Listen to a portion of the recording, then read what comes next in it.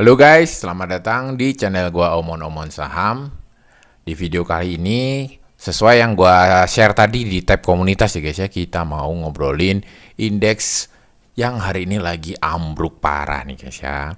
Nah, kita bisa lihat guys ya, hari ini itu indeks ya guys ya, IHSG ditutup di 7059,65 ya guys ya. Memang guys ya, closing hari ini guys ya, IHSG closing hari ini itu masih lebih baik dibandingkan dengan bulan Juni kemarin guys ya, 14 sampai sama 20-an Juni itu kita masih IHSG ada di level terendahnya untuk tahun ini gitu guys ya, itu di 6.700-an guys. Tetapi guys yang perlu lu perhatikan guys ya, itu penurunannya hari ini guys. Ini candlenya sampai sepanjang ini loh guys ya.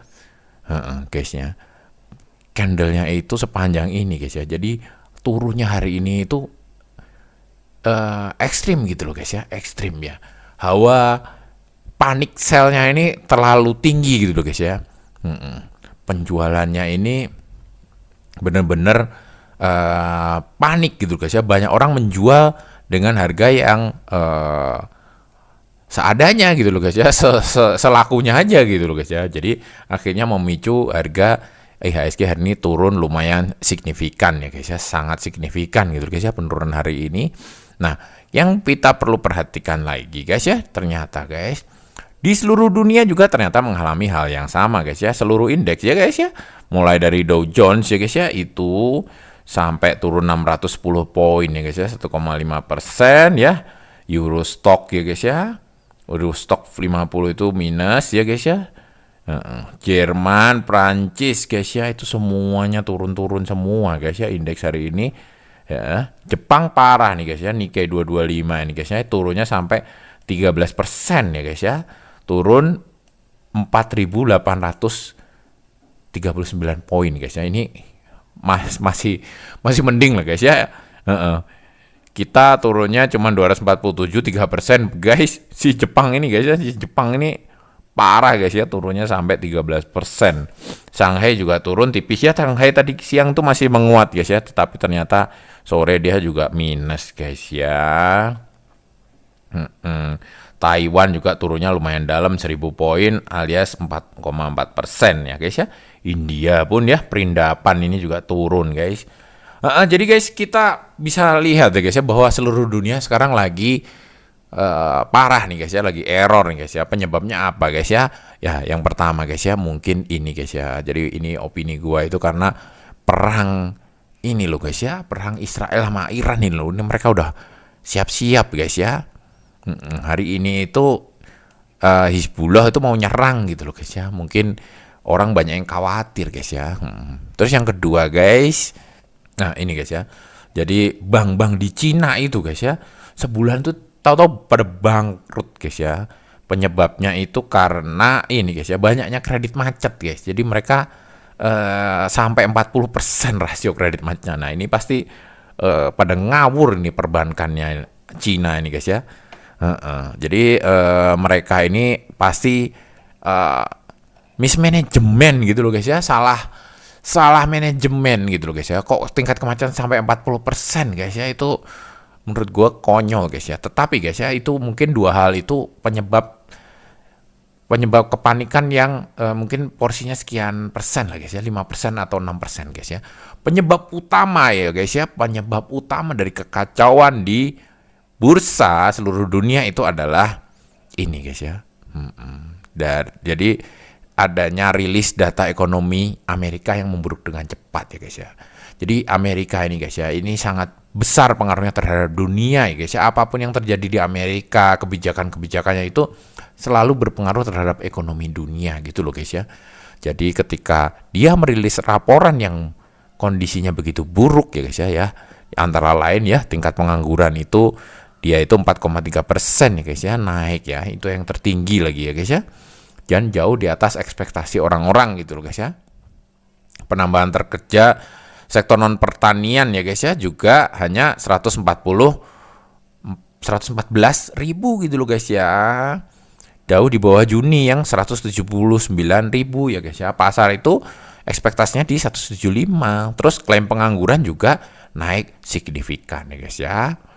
Penganggurannya naik, manufaktur juga jeblok ya guys ya, kepercayaan konsumen juga jatuh ya guys ya. Nah ini itu guys ya,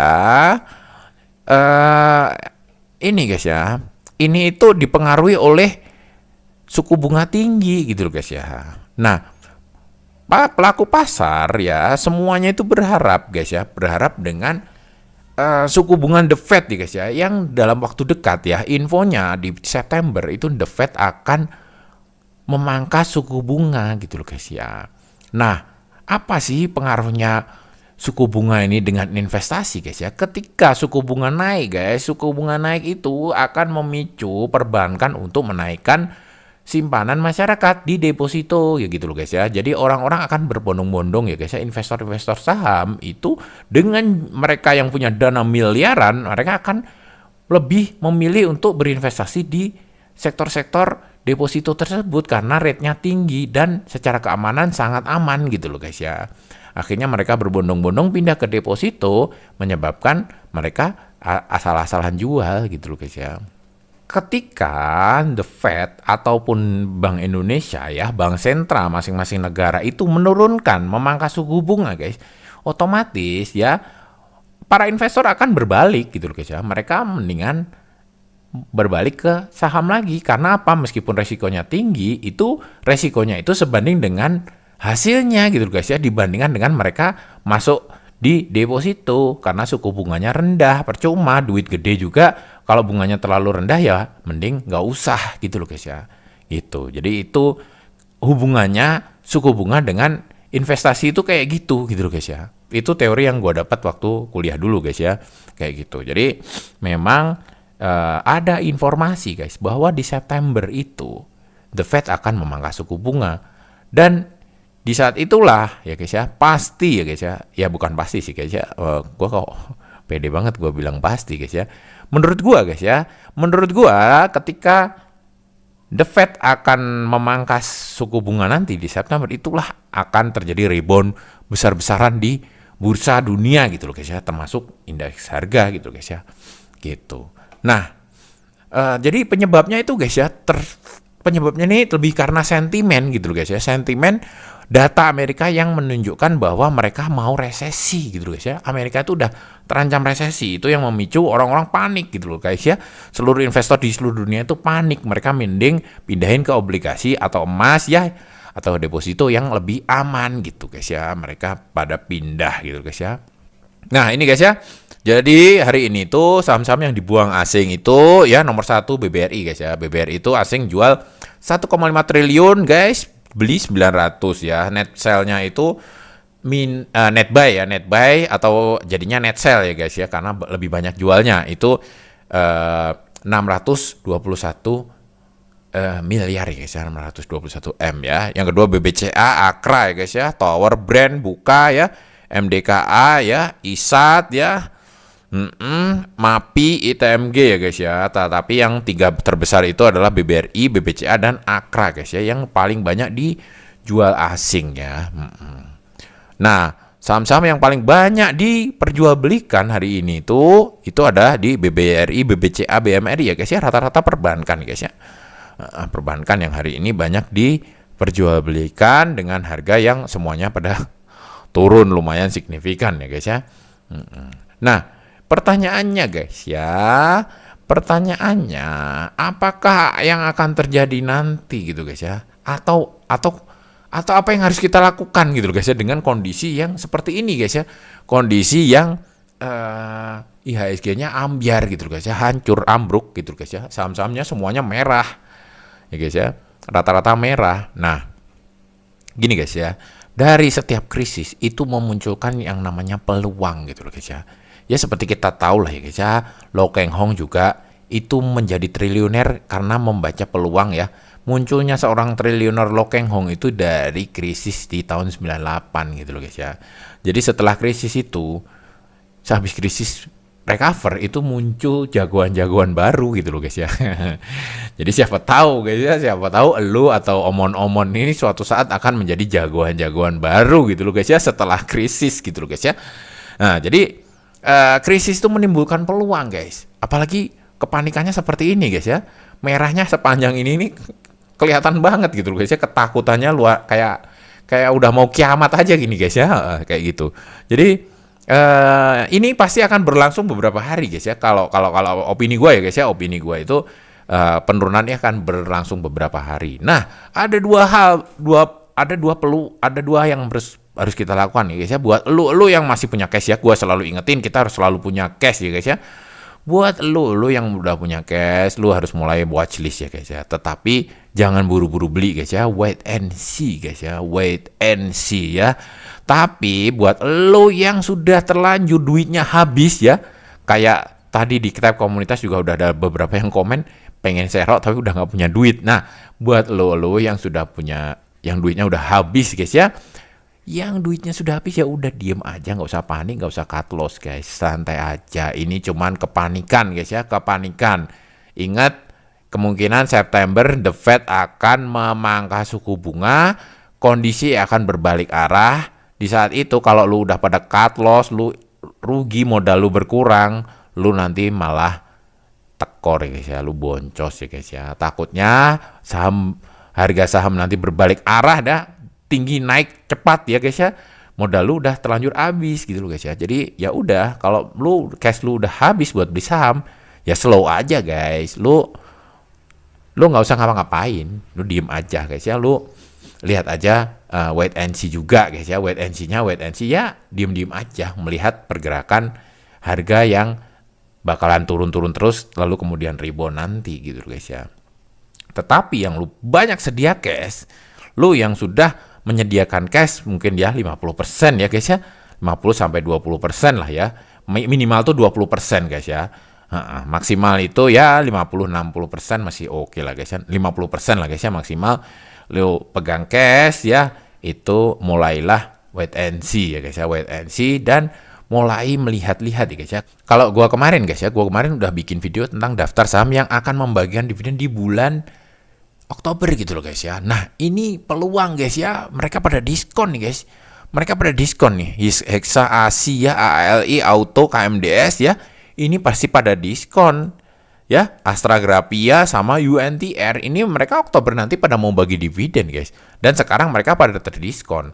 Nah, ini menurut gue yang perlu lu perhatikan tuh saham-saham yang ini gitu loh guys ya. Siapa tahu kita bisa meraih cuan maksimal gitu loh guys ya.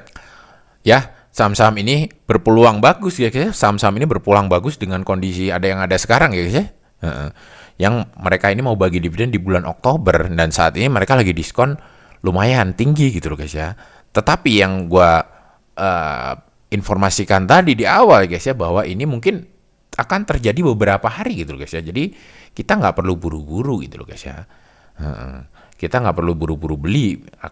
Bisa jadi mereka nanti akan lebih turun lagi. Kapan kita beli? Biasanya guys, biasanya itu kita belinya ketika mulai terjadi ini guys ya, sudah jenuh gitu loh guys ya, sudah oversold ya guys ya, udah nggak ada yang mau jualan lagi ya guys ya. Ditunjukkan dengan setelah turun mulai agak naik dikit. Nah, itu biasanya itu sudah mulai reversal, berarti guys ya, udah mulai balik arah gitu loh. Orang-orang sudah tidak mau ini lagi, tidak mau menjual lagi gitu loh guys ya. Jadi saham-saham yang harus diperhatikan itu tadi ya guys ya. Kita belinya nanti kita wait and see ya di saham-saham ini ya, Hexa, ASII, ALI, Auto, KMDS ya, UNTR dan mungkin ASGR ini potensi yieldnya kecil ya guys ya. Tapi kalau misalnya dia harganya juga turun jauh ya nggak apa-apa juga gitu loh guys ya, untuk di swing juga gitu loh guys ya. Ini untuk para swinger guys ya. Nah, untuk para dividen reinvestment ya guys ya, untuk planning ya, untuk saham-saham kita yang rencananya memang untuk dividen reinvest guys, itu kita bisa ini guys ya, kita bisa wait and see juga gitu loh guys ya, untuk menambah muatan gitu loh guys ya. Untuk menambah muatan saham-saham yang dividen reinvest itu udah gua kasih semua guys ya kemarin, ini guys ya, video-videonya guys ya, bukan semua sih, udah saham-saham yang cocok untuk dividen reinvest itu beberapa videonya udah kita share ya guys ya. Satunya BSSR ya, SPTO gitu loh guys ya, PBID guys ya, PBSA gitu loh guys ya, BJTM juga potensi gitu loh guys ya. Terus PTBA gitu guys ya. Itu untuk saham-saham yang dividen reinvest, kita juga bisa mulai lihat-lihat gitu loh guys ya. Siapa tahu kita bisa menambah koleksi dari ini kita, apa namanya? Kita bisa menambah koleksi dari portofolio kita gitu loh. Kita bisa nambah lot kita gitu loh guys ya. Kayak gitu. Nah, kita coba lihat ya guys ya. Kita coba lihat ya guys ya. Nah, ini loh guys ya. Kita ambil contoh di saham PTBA ya guys ya, buat lo yang pengen dividen reinvestment ya guys ya. Dividen reinvestment tadi saham-sahamnya yang kita incer ya, banyak ya yang udah kita simulasikan ya guys ya. Nanti gua taruh link-link videonya ya guys ya, link-link video di deskripsi ya guys ya, untuk saham-saham yang cocok untuk dividen reinvest. Nah, itu saham-saham itu juga bisa jadi ketika terjadi kepanikan kayak gini, siapa tahu saham itu turun ke bawah ya guys ya, turun ke bawah dan menjadi murah ya guys ya. Itu mungkin juga waktunya kita untuk beli juga gitu guys ya, buat lo yang masih punya cash gitu loh guys ya. Nah, ini PTBA guys ya, dengan kondisi yang hancur-hancuran guys, dengan kondisi yang hancur-hancuran itu ternyata juga belum turun guys, masih agak mahal guys, masih di rata-ratanya gitu guys ya. Ya, gue jelasin lagi, orange ini adalah rata-rata ya 3 tahun terakhir, hijau ini adalah murah, merah ini sangat murah ya guys ya. Sampai TBA ini nggak pernah sangat murah ya, paling mentok di murah aja guys ya, yaitu di PE 2,85 ya guys ya. Nah, PTBA ini guys ya, dengan kepanikan yang terjadi pun masih belum ke angka murah guys ya. Jadi belum waktunya untuk dividen reinvest guys di saham PTBA. Jadi skip dulu guys ya. Tapi lo bisa pakai metode yang sama kayak gini lo guys ya. Jadi lo saham-saham yang gua udah bahas videonya di dividen reinvest itu lo bisa mulai lihat-lihat gitu loh guys ya. Saham-saham incaran lo yang lo mau pakai untuk dividen reinvest, lo bisa lihat di fundamental chart yang ada di Stockbit gitu loh guys ya. Kalau dia nanti saham yang lo incar itu sudah menembus garis hijau ya guys ya, besok siapa tahu pada turun-turun lagi gitu, berarti itulah waktunya untuk beli gitu loh guys ya gitu. Jadi untuk dividen reinvest kita tunggu juga guys ya, statusnya adalah wait and see, siapa tahu turun ke garis merah ini guys ya, untuk saham apapun yang kita incer untuk dividen reinvest gitu guys ya. Nah, untuk saham-saham yang tadi guys ya, yang mau bagi dividen di Oktober, kita juga wait and see gitu loh guys ya. Karena memang turunnya belum pada signifikan gitu guys ya. Saham Hexa ini penurunan hari ini juga belum signifikan gitu loh guys ya. Kita berharapnya dia kalau bisa tembus di bawah 6.000 itu suatu hoki yang luar biasa guys ya, karena proyeksi dividennya di Oktober itu di 860 gitu loh guys ya. Hexa ini 860 guys. Kalau dia bisa turun lagi di bawah 6.000 atau bisa ke 5.500 ya guys ya, kita bisa pungut, kita bisa ambil, kita bisa serok ya. Oktober ya siap-siap aja lo guys ya, siap-siap cuan gede gitu guys ya. Disclaimer ya guys ya, gua bukan pemilik Hexa guys ya, nanti manajemennya ternyata nggak bagi dividen, lu salahin gua lagi guys. Jadi gitu guys ya, lu nggak punya cash ya, lu udah habis cashnya, lu diem aja, nggak usah ngapa-ngapain, nggak usah panik. Kalau lu punya duit simpanan banyak ya, lo yang udah ikutin saran omon-omon untuk simpen cash ya dalam jumlah banyak, nah ini lo bisa mulai lakukan wait and see, pantau saham-saham yang mau bagi dividen Oktober ya, untuk yang mau swing. Nah, untuk yang mau dividen reinvest juga statusnya adalah wait and see. Kita lihat lagi ya saham-saham mana yang turun jauh ya, kita lihat fundamental chartnya. Ketika mereka harganya sudah menyentuh murah atau sangat murah, ya itulah berarti kita waktunya untuk beli gitu guys ya. Meskipun panik ya, ternyata holder PTBA juga kagak mau banting harga gitu guys ya. Holdernya Hexa juga pada kagak mau banting harga gitu guys ya. Inilah fundamental saham-saham yang fundamentalnya bagus guys. Ya, orang sepanik apa juga mereka juga nggak bego gitu loh guys ya. Mereka nggak mau buang-buang asal-asalan saham-saham bagusnya mereka. Mereka tetap pegang erat-erat gitu loh guys ya. Ya kayak gitu dulu guys ya omongan kali ini guys ya. Mungkin bisa bantu lu menguatkan mental lu ya guys ya. Supaya lu nggak ketakutan nih guys ya. Intinya punya duit atau kagak punya duit, kita sama-sama wait and see guys ya. Sorry, kalau yang nggak punya duit diem aja, yang punya duit ya wait and see ya guys ya. Ada peluang lebih dalam lagi kita serok gitu. Ya oke, mungkin kayak gitu dulu. Sampai jumpa lagi di video-video selanjutnya. Wassalam.